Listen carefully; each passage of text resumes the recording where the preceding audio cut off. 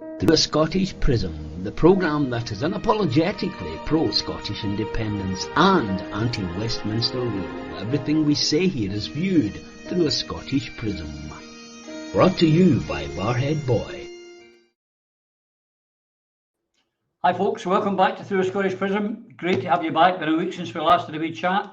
I hope you and yours are well. Lots been happening, lots to talk about. And we've got, as usual, we've got a viewer's question, and I've got a new panelist with us tonight who I'm really excited, and I'm sure you'll enjoy as well. But let's start with the old trusted and faithful over there from North Dakota, the old Coatbridge Cavalier himself, Phil Boswell. Phil, my friend, how are you? No jumpsuit on today, no? No, but I'm wearing pink because last night I went to yoga and I did a some plies, which is the first time ever in my life. I thought it was match. I was getting rid of the whole macho thing, beginning into yoga, but there was a ballet teacher teaching it. It was one of the hardest workouts I've ever done. Totally shocked. But if my mates could have saw me. So, are you now a tree hugger? I mean, are you? Well, no, we cut down all the trees on this site because they're in the way. So, what can you do? Progress. It's progress, my man. Yeah. There, down in the borders, we've got Dr. Yvonne Ridley. Yvonne, how are you, my friend? Hi. Yes, I'm fine. Just wondering, has anyone resigned yet? Not in the last 10 minutes. Not in the last 10 minutes. We'll be talking about resignations this week for sure. Resignations, apologies. Up there in Clackmannanshire, we have our Eva, who is going out tonight on a big mission. So we've got to be sharp when we finish this recording tonight. How are you, Eva? Hi, Roddy. Good. I'm not in Clackmannanshire tonight, though. I'm in the home of Beryl the Pearl and Minnie the Minx and the Bash Street Kids and German journalism in the great city of Dundee. Wonderful place. A great event tonight with the Alba Party. Yeah. Although there's a few warmers come out of there, one of them we'll be talking about later, from the journalism side. But I'm delighted to say we have a special guest tonight. Now, if I was to read out the entire bio of this man, the programme would be over. But joined our party, our party, listen to this, our old party, the SNP, 1974, not long after Margaret MacDonald's victory in Govan, which I voted for her that time. It was my first victory, and I had to wait till 2015 to get another one in any constituency I was in. And also has been a member of the Scottish Parliament, has been on a television, a director, a theatre. It is an absolute pleasure to welcome Lloyd Quinan to the show. It's very kind of you, Roddy. Oh, no, it's very kind of you to be here. It's quite embarrassing. We're all worried, nervous, because we've got a professional in the building while all the ones winging it are going to be sitting here. So I'm in good company then. I made a career out of winging it. Well, television anyway. So thank you for being here. And of course, you are still in the SNP and a member through in Edinburgh. Yeah, I'm a member in Edinburgh East. It's been very hard over the years sticking to it, and I can write chapter and verse on what's happened in my particular constituency, and in some ways is a microcosm of what's happened across the country. Yeah. But it's my party. Yeah. And we had to wait for a circumstance like this. At least I've got a vote. Yeah. And I think, it's been worthwhile hanging on for that. And you were Ash Regan's election agent at one point. Yeah, in 2016 when she was first elected, after a very, very, very bruising and vicious selection process.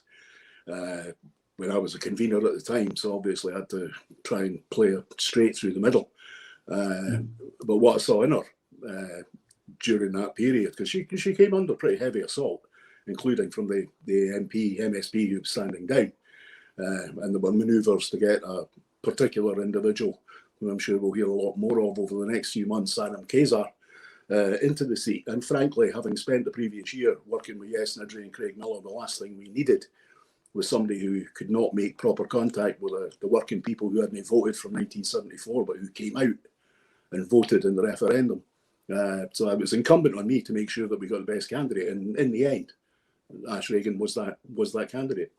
Good, yeah, and now look at her now running for the leadership, and we will be discussing Ash and all sort of things on that. The first thing I'd like to start with, folks, is this is a review programme, and there was an incident right at the beginning of the week where, before nominations had even closed, an email went out to the south of Scotland from Emma Harper, MSP List MP down there in the south of Scotland, to all members. Now, I'm going to come back to you right away for this one, Lloyd, because you'll know as a member of the SNP how difficult it is for anyone to get access to the membership database to send out emails. It's the whole situation strangles any form of debate within the party. It's impossible. I mean, even just before I gave up being convener, we were restricted to one email a week. So you could never respond in any kind of way to political events or any events in reality. You know, the ability to contact members and tell them when someone had died, for instance, you know, simple things like that, which in a lot of ways were the things that held the party together, was that sense of ability to communicate with people. Once the lists were removed and got into the hands of certain people, then it made it nigh on impossible to contact, especially when in my particular branch, we went, well, constituency as it went from round about 300 people to nearly 2,200 in under 6 months. The last branch meeting I was at, there were 4 people physically in attendance and 6 people on Zoom. And that's been the story for at least 3 years. Yeah. And they still have 500 and odd members in that branch and 500, 600 in the other 2 branches that make up the constituency. The loss of National Assembly, loss of National Council, ultimately the strangulation of internal communication has crippled the input of the members and has crippled democracy within the party. Yeah. So that would seem, Phil, I'll come to you as well as another SNP man. That would seem then that this could not have been done without some help from someone in the HQ. You're on mute. You're on mute. Even if it's just a matter of looking the other way, these rules that Lloyd was talking about have been in place for some time, and it was partly to curtail such actions because the amount of complaints that were and still are going in under each and every single branch where these processes were being abused are staggering.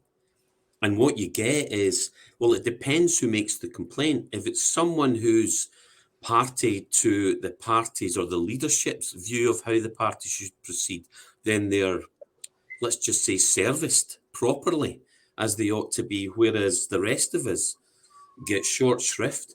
And Emma using official emails to endorse the same compromised and controlled by the unionist establishment position currently suffered by the whole independence movement, and especially those still left and loyal to the SNP like Lloyd. But I think more people are waking up. But the reality that the SNP senior management are now under control of those who would keep us on our knees should be crystal clear. But this is just another abuse, another piece of evidence that the SNP is being controlled by others, or the leadership, the current leadership. It's ignoring what the people want. And the evidence of that, wherefore is my country's freedom, you know? We have the apparatus, we had the opportunities. And now Nicholas Cabal have squandered much of that, and we see considerable decline. But it can be easily built again. But we need to repair the SNP. We need to get rid of these shysters and fifth columnists currently within the SNP. It was Albert Camus who wrote, "Freedom is nothing else but the chance to be better." And that's what we all aspire to. That is the principle that the SNP set out for each and every one of us. And who doesn't want that among us Scots or those who live and work here? Who would not want that for our people? As for the lack of majority of and you just look at it, it's everywhere. Sadly, it's pernicious. It runs deep and runs to the heart of the current management system, which is why a clear out.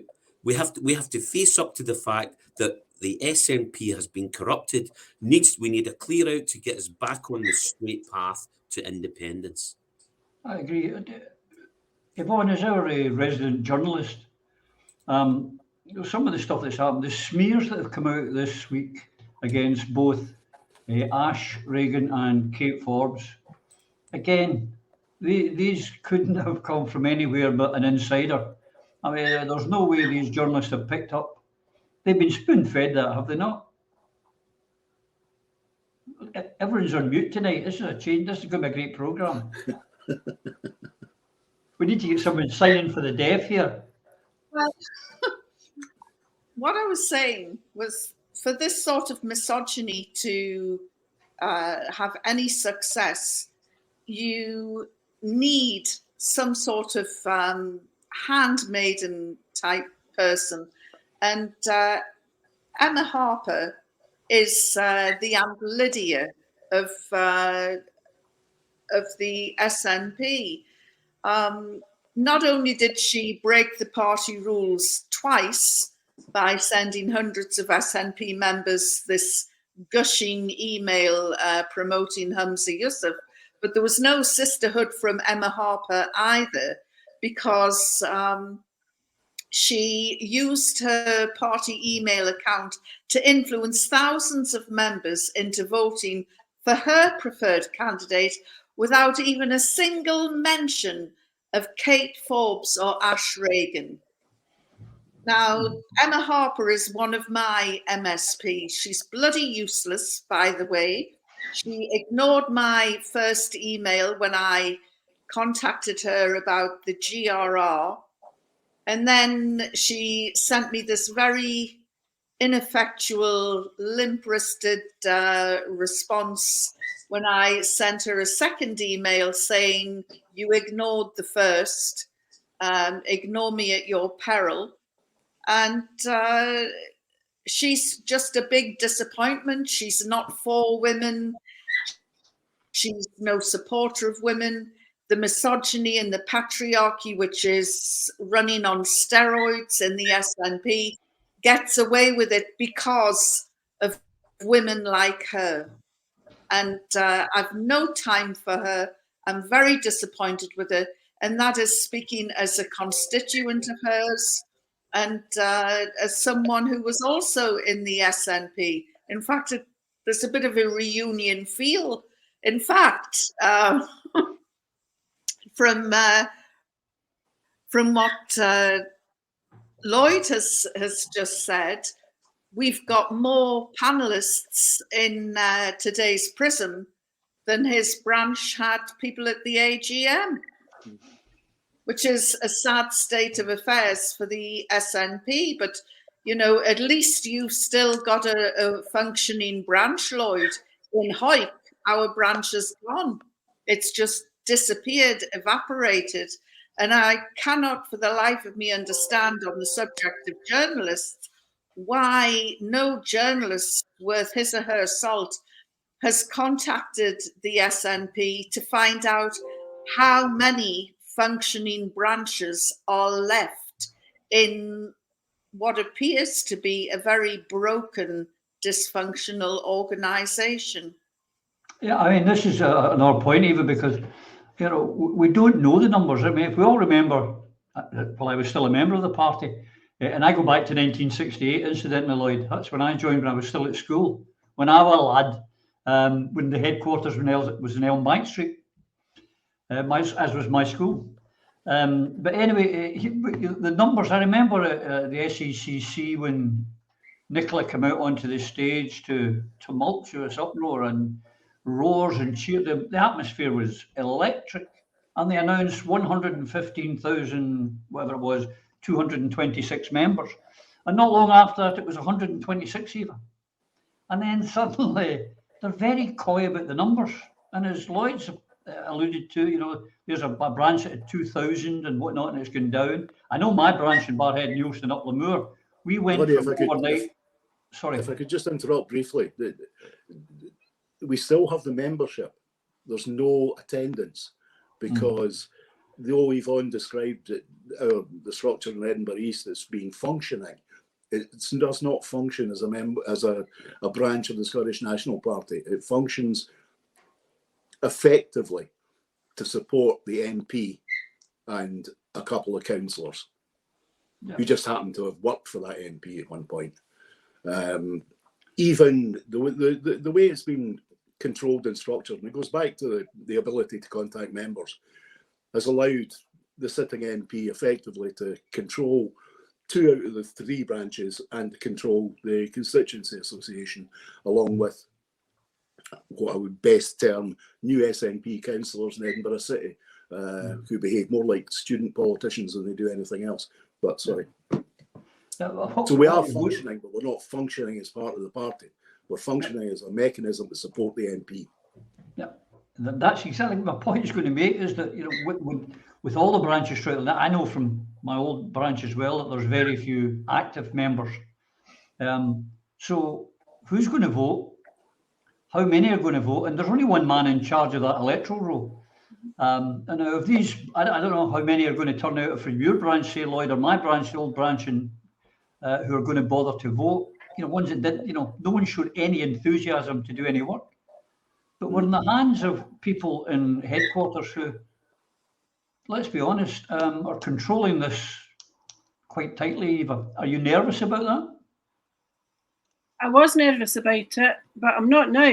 And the reason for that is due in no small measure to Steve Norris, who's the guy who, in effect, was the whistleblower. He's the chief executive, or sorry, the convener of the Constituency Association that leaked the email and wrote substantially about his major embarrassment and anger that Emma Harper had seen fit to do this. Now, Emma Harper and I have got something in common that I've mentioned before. And what it is we were both shot to the top of the SNP lists for the 2021 Holyrood election on the basis of self-identifying as disabled. And I'm not in the slightest bit surprised that it's Emma Harper who is responsible for this scandalous, unacceptable breach of rules. She's obviously been able to benefit from a previous manipulation of rules to maintain her position as an MSP, it being suggested that she would not have been number 1 at the list otherwise and might have not been re-elected in 2021. And I think the general consensus is that she got her seat in effect at the expense of John McAlpine. And we all know why that was. But interestingly, what Steve Norris has tweeted today is very heartening, because it must have been a very brave, a very courageous step for him to take, to speak out against his own party at such a very pivotal time in the history of the SNP and possibly also in the history of the movement for Scottish independence. Very much of our future will depend on the outcome of this election, and everybody in Scotland needs to have confidence in the process, because if it is gerrymandered, if it is subject to malign influence, if there is any suggestion of manipulation or bad faith, then Scotland's reputation on the world stage is tarnished once more. And it's been tarnished and it's been trashed in the course of the past few weeks and the past few years already as the result of errors made in, I suppose, bad faith by Miss Sturgeon and by others around her. So what Steve Norris said was he'd been greatly heartened by messages of support from SNP members, and one in particular was happy to have her feelings made public. What she said was, "I just wanted to say, after a few days absorbing all that has happened, that I think you did totally the right thing. I am extremely happy that you brought the whole situation with Emma Harper's email to light. It is just another symptom of the extreme and unhealthy attempt at controlling party members from the top. How do we solve this issue? I feel happy and proud to have you as our branch convener. I'm still undecided about my vote. But," says Steve, "the ground is shifting." And Steve's behaviour and Steve's genuine good faith and his hope for a decent, honest process, for transparency and for no more rule breaking, restores my faith in the membership of the SNP It is a party where at grassroots level it is populated by people whose values in the main I share, whose principles we share, and we need to reach out the hand of friendship to everybody in the independence movement, because that's the only way Scotland will attain independence. And so, Steve Norris, I've told you on Twitter, but I'll tell you again, I take my hat off to you. You have done the people of the SNP and the people of Scotland a great service this week. Good on you. Well, another thing that was I'd like to mention with you, Lloyd, was that when Kate Forbes was asked a question, unusually for a politician, she gave a straight and honest answer when she was asked about if she had been an MSP in the time of the single-sex marriage, same-sex marriage, she would have voted against it. Now, it was breathtakingly, refreshingly honest to say that, but Humza was on to her and telling her how bad it was. Now, he's been exposed this week that he dodged and dived and arranged an appointment at the Pakistani High Commission to avoid the final vote in Holyrood. He's then, Alex Salmond was put in the position to confirm what Alec Neil had said. Now, Alec Neil and Alex Salmond have said this is a fact. Humza said they're lying. Now, you worked with them all. What would you think? Well, I mean, for any reasonable, insane person, Humza really needs to put the spade down. And ordinary people are saying this. You know, I don't spend all my life talking to people that are obsessed with politics, but the whole fact that he's going round like the laddie at school that's been caught doing something, it wasn't me, it wasn't me, it wasn't me, it's destroying him. And I have to say that's absolutely fine with me. What it's going to show us, though, is who's really behind Humza. If he were to come out of this winning, or even to come out of it second, who's really making it work for him? And I think those are questions we can only address later, but I'd love to go back to what Eva was saying. One of the most heartening things for me was seeing Stephen Norris's statement. I haven't seen Stevie in years, but he was one of the people that you were sitting in 1999 waiting to see if Stevie was coming in. He would have been a great asset to the party in the Parliament in 1999, along with his mate, Scott Rorison. And the reason I mention them is this. There have been a few articles in the paper over the past couple of weeks that talk about, oh, the men in grey kilts will come and get you. And I was thinking to myself, there aren't any men in grey kilts anymore. And if there were, who would they be? And I thought to myself, Stevie Norris, Andy Brophy, people of quality who as yet have not served in the Parliament, people who've maintained their support for the movement and the party, but more importantly, they are not party loyalists. They're independence loyalists. They're patriots, every one of them. And I want Stevie Norris should be patted on the back, also for his butchery, which is quite good too. But it was great to see some of the people that I know from years back coming out and saying what needs to be said. And it tells us, and the most heartening part of it is the responses to Stevie. There is I don't know if it's a majority, but there's a silent bloc that have been paying their subs and just keeping quiet. Hopefully they'll come to the fore in this election. Yeah, I hope so. I mean, in the SNP, you're right, there's no longer men in grey kilts. This present SNP is more likely to be men in grey frocks, but that would be a cynical, terrible thing for me to say, so I won't say it. The tragedy of it is the fact that there used to be a historic memory in the party. People told you what had gone before. Since around 2003, 2007, that's gone. It's like history was yesterday, or history begins when the alarm clock went off this morning. And we've got a whole crew of politicians in every single party who have no understanding of political history, the history of our country, the social history of our country, and they have no vision for the future. And the reason for that is because we become mechanical politics. It's like George Robertson has got it right, and I would say accidentally. He saw how the Westminster, the British state system, broke the Labour Party and turned it into effectively a career path. Devolution has done the same to the SNP. So George was right, but we could have guarded against this. And some people warned them early on that this is the road we would end up going down, where suddenly we don't even recognise people who are being elected. It is tragic. This week, two things, Phil. during the televised debate, which I'll go into later in a bit more depth, but Humza made a passionate plea that he didn't want to see the candidates attacking each other. And the very next day, he attacked Ash Regan and called her foolhardy on a policy, and let me stress this, on a policy that Ash is promoting, was actually voted by the SNP conference of a separate country. It's something that Nicola Sturgeon just ignored, that vote that came from conference. But he called it foolhardy and attacked her the very next day.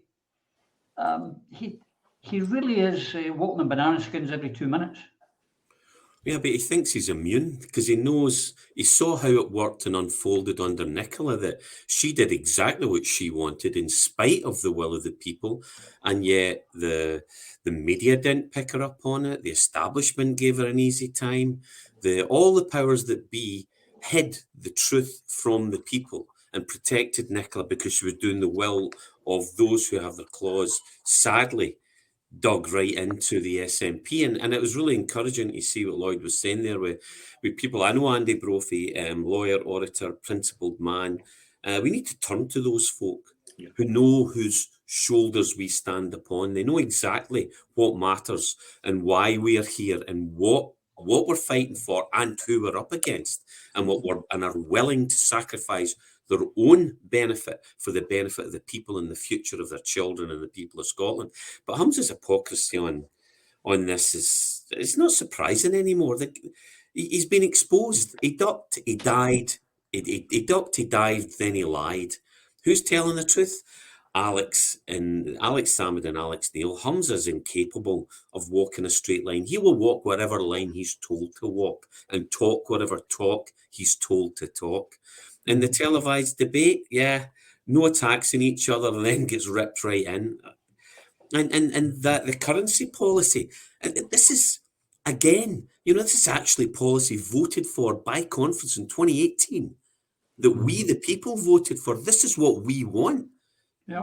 Ignored. Again, more evidence, should you need it, that not only is this the current SNP leadership ignoring the will of the people, but actually they express will and policy as determined by SNP members, myself included, as I supported ditching the pound. And why is the UK media backing Humza? Because he's on the same side.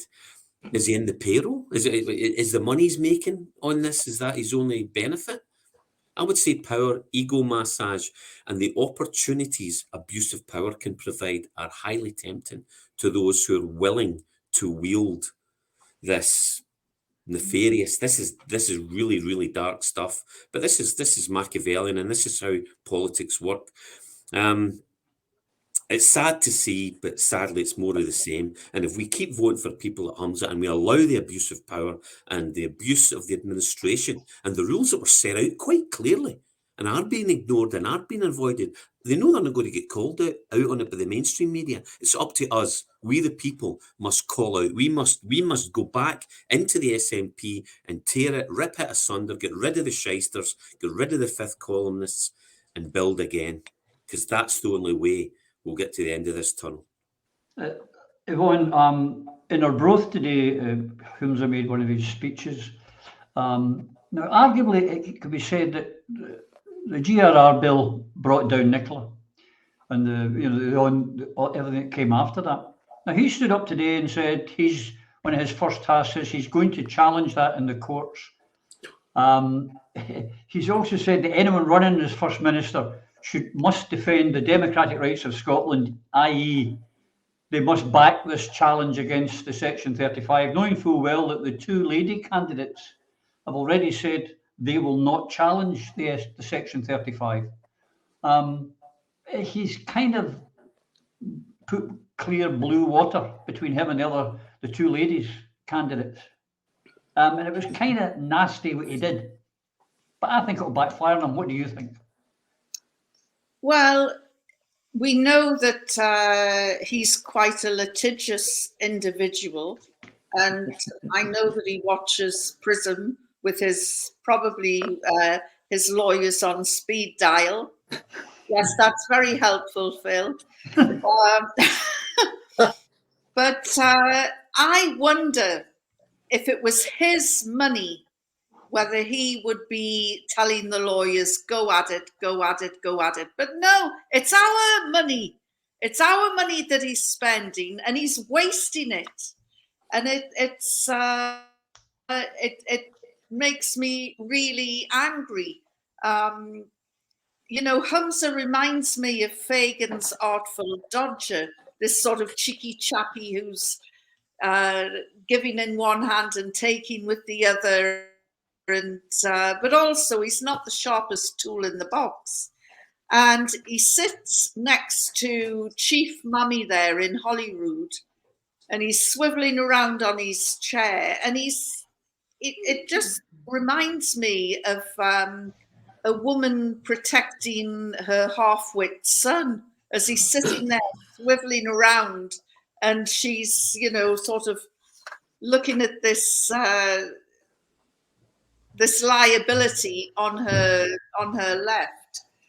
But he, you know, I know that Prism viewers will be saying, hang on, you were saying you liked him just the other week. Oh, look, you can see here, there, that's it. Chief Mummy, sit down. But it is. It's. I know that I don't know if you've forgiven me yet, Roddy, for saying that I quite like him. I didn't think you'd know it. You're entitled to your opinion. That's the beauty of this show. Unlike lots of places, everyone's entitled to opinions. Well, and everyone's entitled to change it. And I changed it because of the weasel words that he used to try and undermine Kate and Ash. And, you know, every single woman who heard him will have recognised the gentle put down that that men do to undermine their female colleagues. And not in this house. No. You know, you're a nasty piece of work. And I was very disappointed that he stooped low. But then again, Chief Mummy might have told him to do that. And as he's swiveling there on his chair looking up to her, in fact, I don't know if she has made sure that all the chairs in Holyrood are a couple of inches below hers, because they all seem to be looking up to her. Maybe it's a psychological thing. But as I say, Humza reminds me of Fagan's Artful Dodger, and I, you know, think he'll come a cropper in the end. I think Humza crystallises the problem with the party. He has no basic politics. You know, ask him what he believes in. He's a career politician. He's not a conviction politician. No, but he's not even a career politician. It's second-rate show business. The way he answers questions, the way he performs. I know this because I've worked with hundreds of actors over the years. This is an actor at work. Yeah. And his attempt to bluff his way out of the single-sex marriage issue is a classic example of that. He's got nowhere else to go because he has for my money, he has no root belief other than what he learned at Hutchie Grammar, which is he is of a class that allows him to rise, and that what he's risen into is his natural right. And he behaves not unlike Sunak in actual fact, except Sunak's a bit smarter with the words. Humza, like many of the current SNP group, both in Westminster and in Holyrood, they don't have a basic political core, and they don't seek one, because in the current politics in Scotland, they don't need it. What they need is they need to make controversy that gets them on the paper. That's what they're doing. It's all performance. It has no core values. Humza thinks that by challenging Section 35, he's expressing his nationalism, expressing his support for independence. If he had real support for independence, he'd be scrapping the Scotland Act, or attempting to, not one particular section of it, which we as a party agreed to. This is Toy Town stuff. It really is. It's Toy Town politics. It's not the right fight to take to Westminster. The fight should have been over the Supreme Court decision. That's what we should have been fighting on. But I said today, Eva, when I wrote my blog, he has said that he will take Section 35 and fight it. He said he will keep this pound sterling like Nicola wanted. He says he will go into the EU, which is amazing, because how do you go into the EU using another country's currency? Not just, small facts like that's not worry about it. He has said he will not. He thinks that Peter Morrell is the wonderful CEO and won't be changing him out. 633,000 that he can't account for. Who cares? So he's going to change nothing. He's actually a very, very poor man. He's a plastic Nicola Sturgeon. I mean, at least she's good at communication. She can put across her bullshit. There's no change whatsoever. And he's also talking about, regional assemblies, talking shops, and, we'll eventually go for it. He's sounding more like the Stuart McDonald, let's go for it in 2050. If they elect him, nothing changes. He's what you call the continuity candidate for something like that. Aye. Another example of somebody who thinks that they're full of style, but there's no substance.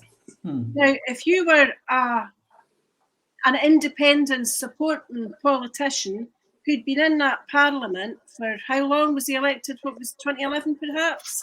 You would already have a plan for how you wanted to lead your party. You wouldn't be making it up as you're going along, copying what your predecessor did and looking at the failures of your predecessor and pretending that somehow those had been successes. But in the past few days, Humza's announcements have basically been more of the grand revelations that we've been so used to since Nicola became First Minister in 2014. We've had innumerable front page announcements on the National, and all they've boiled down to is what we're getting from Humza. We're going to be marched up to the top of the hill and marched back down again. He has a secret plan in the context of opposing Section 35 and wanting to remove it at the next election, because he's trying to divert and distract us from the fact that he hasn't got the foggiest idea how to take Scotland towards independence. So if any of the men or women in grey kilts are watching and are able to get his ear, could you sit him down and tell him what the rest of us in Scotland know? There are two things to be done. One is get a campaign on the road with a date that the people can work towards and can hope towards. And on the other hand, create competent government. Quit the sidetracking and the nonsense and the paper promises that are repeated ad infinitum but never delivered. Bin the deposit return scheme and start again. Get an expert like Alf Bearden to look at the ferries. Get teachers to tell you about education. Listen to the lawyers about the justice system. Stop fighting Section 35 and fight the fight that needs to be fought, and that's the one about delivering independence by proving to the people of Scotland that the Scots are actually able to govern themselves. That's what substance over style would do, and it's what the Andrew Brophies and the Lloyd Quinans and the Phil Boswells and the Alex Salmons and Kenny McCaskill and Neil Hanvey, that's what they would do. That's what Mike Russell of the old days would have done. It's where you would have had Neil McCormick and, Alan McCartney and Andrew Welsh, Margot MacDonald, all the people that Winnie Ewing, absolutely, Fergus Ewing, Annabelle Ewing, the folk that know why we do what we do. Can I just add, Roddy, I'm not in the Alba party because I necessarily need personally to be in a position of power or to be an elected politician. I'm in Alba and on this programme repeatedly for one reason and one reason only, and it's to see Scottish independence. So if the new leader of the SNP can drive towards Scottish independence with a credible plan that the people can get behind, then the SNP and Alba, with its wealth and knowledge and talent and strategies, the two parties together would be an unstoppable force, popularly, politically, and internationally. That's what Scotland needs, and by God, it needs it today. Absolutely. This is the most important leadership election in the history of the Scottish National Party. Yeah. The British state is on its knees. It's about to go into a civil war in its own government because Boris is rearing his ugly head. And the one thing we're all missing is what's happening in the island of Ireland. We need to pay attention what's happening there, because when Sinn Féin become the government, which they will in the next few months, there will be a border poll within 2 years. And we need to be riding that wave. We need to see the chaos that there is currently within the British state, and we have to be ready to move. Unfortunately, at this particular stage, it doesn't strike me, well, not all of them, but pretty much the three candidates don't seem to understand just the opportunity that exists in this circumstance. Anyone who takes command of the Scottish National Party and leads the movement at this stage, before we lose all the residual energy from 2014, which is nearly done, but not quite. But if we move forward on a clear platform, 50+1 at an election, no referendum. I've never believed in the referendum. I fought the hardest campaign of my life in 2014, but I didn't believe we should have been doing it that way. It gives the other side another chance. But this is an opportunity, and it's a very big opportunity, because in my lifetime, the British have never been in such disarray. They have no friends. And what Mary Lou McDonald said in Catalonia the other day is the beginning of something we should be tapping into. International recognition. Sinn Féin would recognise us immediately when they become the Irish government. We have to look beyond our own shores. We have to look at and learn the lessons from others. The politicians in Ireland, the politicians in Catalonia, they don't behave like Spanish politicians. In the Basque Country, they don't behave like Spanish politicians. They know who their adversary is. In Ireland, they know who their adversary is. We've got politicians who ape the manners of British politicians and British politics all the time. They don't have the focus to recognise that we are not in a partnership of equals, and recognise that if we're not in a partnership of equals, then where do we want to be? And what do they think of us? We need to approach any dealings with Westminster and the British state from a perspective of adversarial perspective. Yes. Sorry. Absolutely. Well said, Lloyd. I'm with you all the way. But there's only one person actually in this contest who has mentioned going down that route, and that is Ash Regan. Because Kate Forbes has said that she wants to get a Section 30. I mean, incredible to believe that she thinks that will happen. And as we've already discussed, our Holmes has not got a Scooby. He doesn't know what day of the week it is. He has not got a clue how to go forward. But Phil, in this debate for the SNP membership, we have to hope, because when papers, all the newspapers, like the Daily Record, has now become a bigger fanzine of the SNP than the National even. They're putting out the smears against Ash and against Kate. They're all supporting it. The Times is supporting, went against Ash as well, saying that she was, this was to get Alex Salmond in the back door. The Times is coming out for Humza. The Record's coming out for Humza. The Scotsman's out for Humza. Surely the SNP membership must go, wait a minute, if that lot want Humza, that's the last person we want. Well, you'd like to think that. I mean, the SNP management control is key here. And that control, the managers of the SNP, which are not the management of the SNP, quite a different thing. Those who control the SNP also control the media. So as for the lack of the majority of Indian media being engaged by SNP is very much down to SNP management needing to control the narrative for their puppet masters around Indy. They have stifled at every turn efforts from the people to get moving on independence. Every initiative usually picked up, or they're forced to consider something that Alba has been pushing. They've stifled at every turn efforts. And, with the likes of Murray Foote and the rest of these fifth columnists currently ensconced within the SNP, what do we really expect? These people are pulling the strings. Is it any wonder that Nicola failed to deliver Indy? Well, she should have stood up and had the courage not to put herself first, but put the people of Scotland first, expose what was going on and walk away. That's what she should have done. That's if she really believed in the people of Scotland and really was serving the people of Scotland. That's what she should have done. My opinion on Humza, should there be any doubt, he's a spineless weasel who will serve himself and his friends before serving the best interests of the people of Scotland he purports to represent.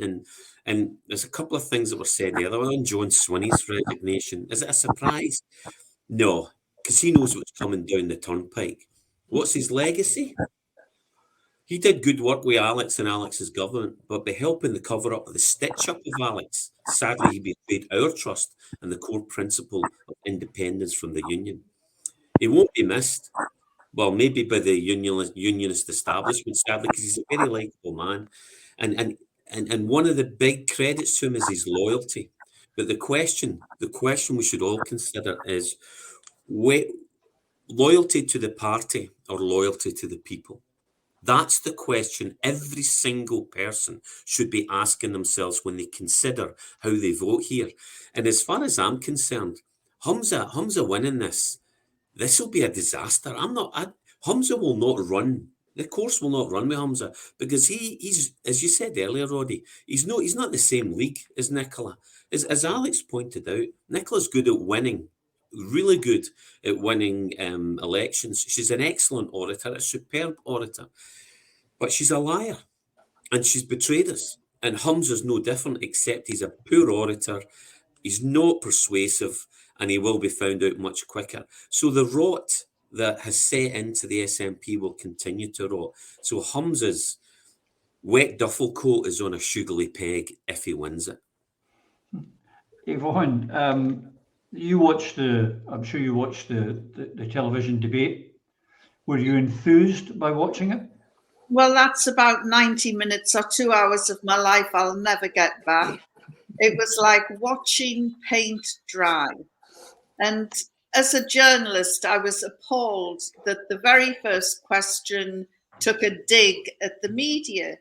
And you know, when you've got someone in control like Murray Foote, somebody as media savvy as him, you'd think that that would not have been the first question. And Mike Russell, gosh, you know, he stood there like there's an awful Geordie saying called a fart in a vinegar bottle. And that's exactly what he was like. He sat there and presided over this big charade, pretending he couldn't really see the audience and, oh, this person here and that person there. All the questions were known beforehand. It was heavily staged. I used to produce these type of chat shows in another life, and it's all carefully managed. You know, it was a pale imitation of Newsnight, where the audience's hand, you couldn't swing a cat without hitting a councillor. You know, they were all councillors, and I believe somebody on the Prism research team was busy checking all the social networks as each councillor's name was coming up. And by coincidence, there seemed to be a trend developing where the majority of questions were asked by pro-Humza. Well, there's a shocker, Rooney. So, yeah, but it was a big con act, and apparently there's at least 12 more coming down the pipeline. So I just thought, yeah, the SNP, they've killed people's desire in politics. We've seen that by the shockingly poor turnout in elections. And now they're going to try and kill the SNP membership's interest in picking a leader, because by the time, I think I'd rather shoot myself than watch, 12 more coming? I just don't think that it's ridiculous to put candidates through 12 of these exercises. It's just a nonsense.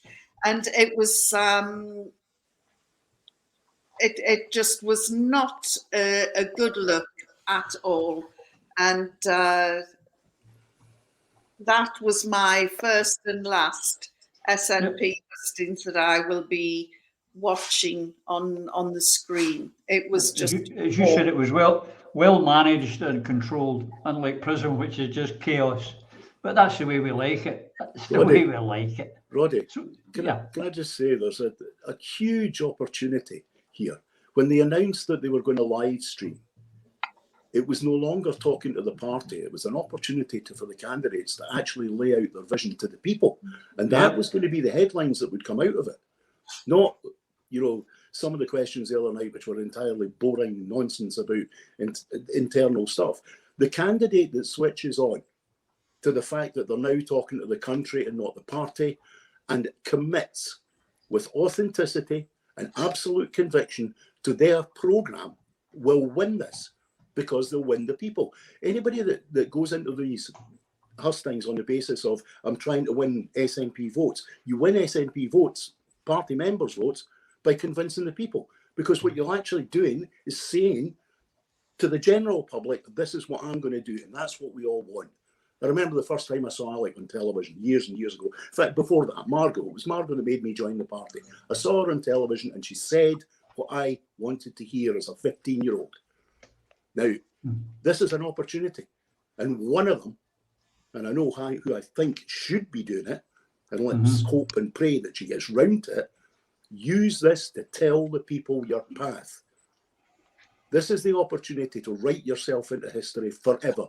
Not as a footnote, as having been FM for a certain period of time. This is the opportunity to have your whole chapter about how you led your country to the United Nations. Yep. And one of them better waking up to this and waking up to it pretty quickly. Yep. Statues and streets named after you await you. And the love of the people. Eva, I don't believe in coincidences, particularly in politics. Is there just me being cynical, thinking that Nicola Sturgeon, John Swinney and the Chief Constable all going in a matter of the same 10 days, that there's something that we don't know that's maybe about to happen? I think that they know that Scotland stands on a threshold, and I think they also know that the secrets that we've been keeping for the last few years are such that the lid cannot be kept on them forever. It is not likely to be coincidental that the Chief Constable resigns at the same time as the... And then just last night said he was leaving immediately, not working his notice period. Well... Oh, the old conspiracy theorist in me was getting all excited. I'm not surprised that John Swinney's announced that he's standing down. I'm just surprised it took him so long. I am waiting with bated breath for some more resignations. I do think that when the leader resigns, the deputy leader ought also to go. And I don't see any indication yet of Keith Brown making any moves in that regard, although I think he very much should. There are other ministers who should be intimating their resignation, including, obviously, the Education Minister, Shirley Ann Somerville, and certainly various others who know who they are. In terms of the running of the SNP, obviously, Mr. Morrell should go. He should have been gone a long time ago. I would probably go slightly further and say that the entire SNP membership should be taking on the potential leaders and requiring them to stop answering daft questions about internal politics at the moment, because although those matter, what matters far more is the stuff that obviously we've been mainly talking about tonight, and it's independence and how to get there, and its huge significance at this point in time, given what's happening elsewhere. So I think that each of these potential leaders should be speaking to each other about a concerted joint effort to have a real cogent plan that is about independence, and it's not about individual interests, it's not even about party interests, it's about harnessing the power of the Scottish independence movement and driving towards independence ASAP, You know, as Lloyd says, the British state is at its weakest. Let's kick them when they're down, because by God, they've done it to us often enough. Let's grasp whatever the hell we can get, take the ball and run with it. And let's not hang about any longer. That's what we've been doing since at least 2014.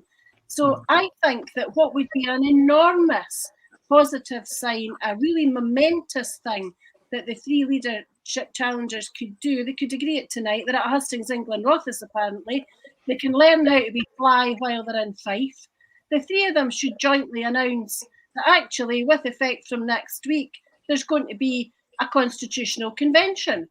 There is nobody in the Scottish independence movement that could possibly disagree with that. There is certainly nobody in the SNP that could disagree. There's nobody in the Scottish government that could disagree. The Greens claim that they want independence.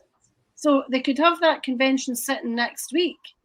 The SNP leadership contest can take a slight back seat while the real work gets done.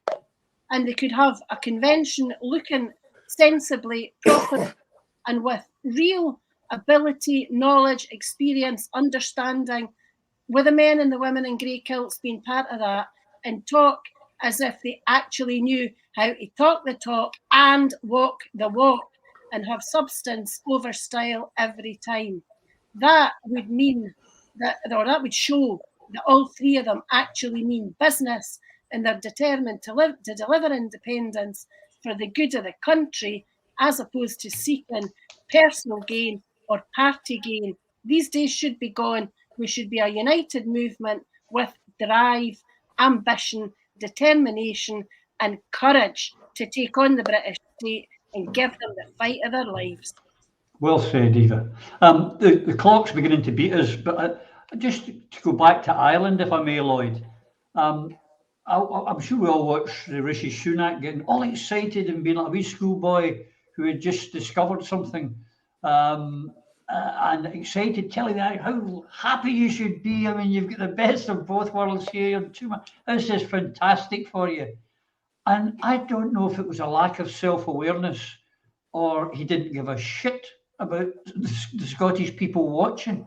But if you were sitting on the fence, and I'm not sure about independence, my God, that should have sent a lot over to our side, should it not, Lloyd?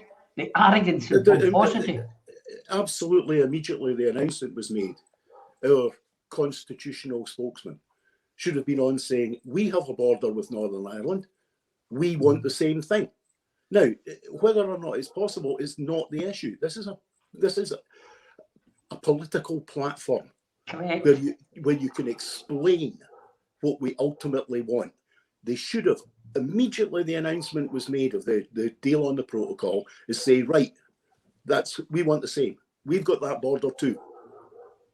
We should have been up and fighting this, not on a grievance basis, but on a demand basis. If you can do it for them, you can do it for us. Yeah. I mean, it's a simple thing. We miss all these open goals because at the core of some of our spokespeople, they don't think independence first.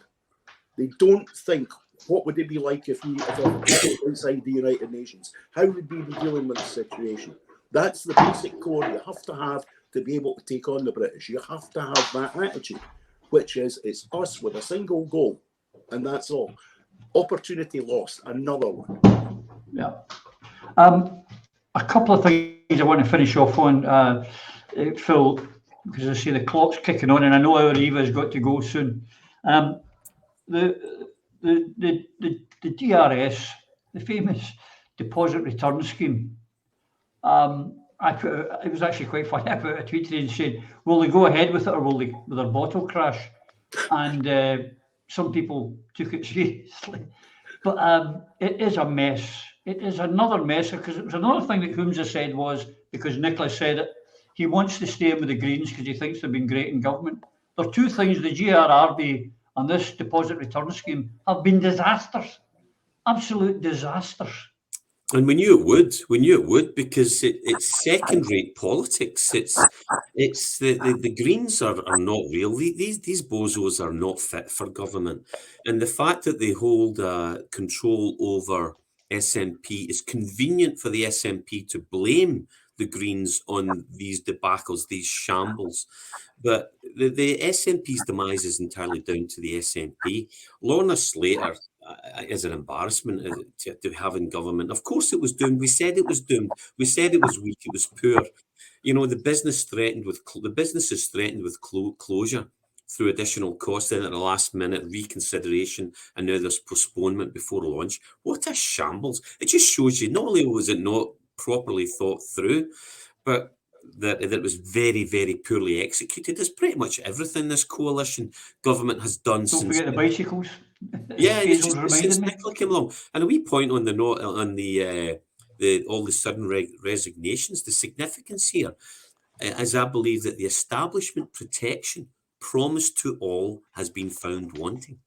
So the alphabet women should be very nervous, as they should have known, surprise, surprise, that Nicola is incapable of keeping her promises. So anonymity for life, for the lies that were told and collusion that was practiced, may also be in a sugary peg. And the last point is something that Lloyd raised. Sunak telling Northern Ireland, he doesn't give a damn about Northern Ireland or Scotland. He did this to patch up relations after the disaster that is Brexit. There wasn't anything to do with the tomatoes and veg shortage, by the way, in spite of every other European country being absolutely fine. Sunak is trying to secure the backing of all sides and the Northern Ireland's Eurosceptic lawmakers so he can reset relations with the EU, as Reuters reported, and the US, particularly the US when Ireland's concerned, without angering the politicians that are pro-Brexit. So it's a game that the considerations of Northern Ireland, Scotland, Wales, and for that matter, have absolutely no consequence. And as Lloyd mentioned it earlier, Ireland under Sinn Féin will be united before Scotland gains its independence, which is something I thought I would never say. Last topic to go, almost. The other thing we were talking about, Lorna Slater, one that really confused me, the Greens say that they're from the left, and yet here she was today. We have a national investment bank in Scotland, and call me silly and naive. I thought it was set up to do investment in Scotland. But she's gone and signed a deal for £2 billion with private banks, including a Swiss bank, to restore the Scottish woodlands. A PFI scheme, Yvonne, by the Green Party. You know, the world is going crazy. Well, you just have to look into Lorna Slater's background, and that is even more depressing because she is a government minister who has achieved her status with less than 40 votes. And it's barely believable, but once they pushed Andy Slaughter out of the way and he stood down, she moved up in the ranks and was put into Holyrood. And she actually got into Holyrood with less votes than I got in Jedburgh standing as a councillor. You could have had me as a minister. But, you know, this is the ridiculousness of the situation. You know, first past the post obviously isn't ideal. Proportional representation, I wouldn't knock it. But my God, there is a backside to it, and Lorna Slater is living proof of it. And because of her position, she's now government minister. And it's, you know, with not even 40 Scottish votes behind her. It's incredible. Oh. But that's where she is, in this elevated position. Worth her weight in gold, according to Humza Yousaf.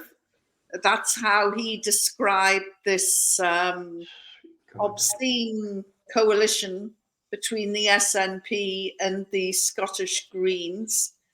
And so anything to do with Lorna Slater just sends me sliding into a depression. Is it as bad as baby boxes? Sorry? Is it as bad as baby boxes for you? Oh, gosh, don't. Can we have a Prism one week that doesn't mention the bloody baby box? No, I do it just to annoy you. You should know that by now.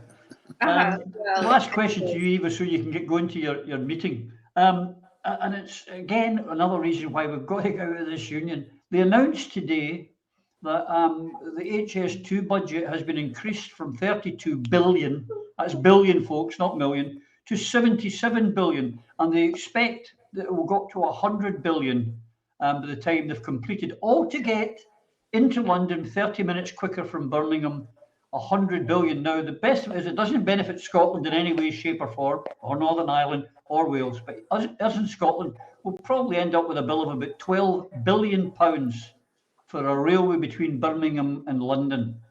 It kind of sums up, and of course, the other 88 billion, most of it will be coming out of our North Sea to pay for it in the first place.